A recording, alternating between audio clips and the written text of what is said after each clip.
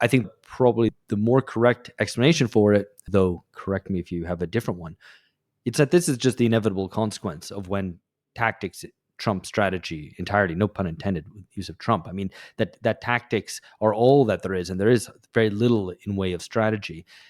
And when I think about that description, the person that comes to mind is less Trump actually, but Angela Merkel, who is famously described as kind of just tactics, right? Just constant little adjustments in response to events as a way of constant kind of crisis fighting, in a way that she comes out looking kind of clever, in control. I was going to say demure. Demure is not the right word, but sanguine, and kind of, mummy's in charge, right? That was the whole sell of Angela Merkel. And she's the central politician of the last stages of the end of history. I think we can all agree on that. And she was characterized by pure tactics, no strategy. And Trump, on the other hand, is a key politician of the early stages of the end of history, likewise lacking any genuine strategic commitment.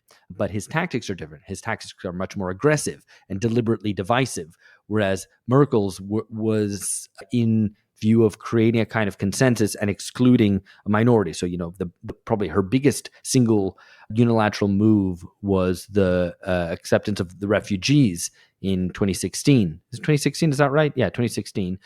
And that move was done in such a way as to isolate those who were against it as kind of, racists.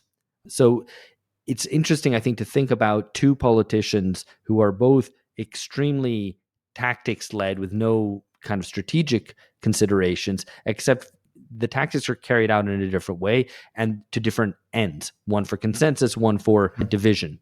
I mean, you could expect that maybe tactics will increasingly trump strategy to the extent that you have individual politicians who are not so strongly tied to political parties or social bases, or, as kind of the void takes over, because then it's more like instinct or response rather than like, here's a plan, here are the people that we're really kind of committed to as our kind of constituents that we need to represent and be accountable towards. Instead, it's a bit more, it's a bit more vibes based than kind of strategy based. I mean, I don't know if that is actually true or not, but I think there is there would seem to me at least to be a link between whatever strategy would be and the kind of requirements of like the long-term project of your political party. And if you're someone like Trump, who's basically exploded the political party that he's nominally associated with, then you don't really have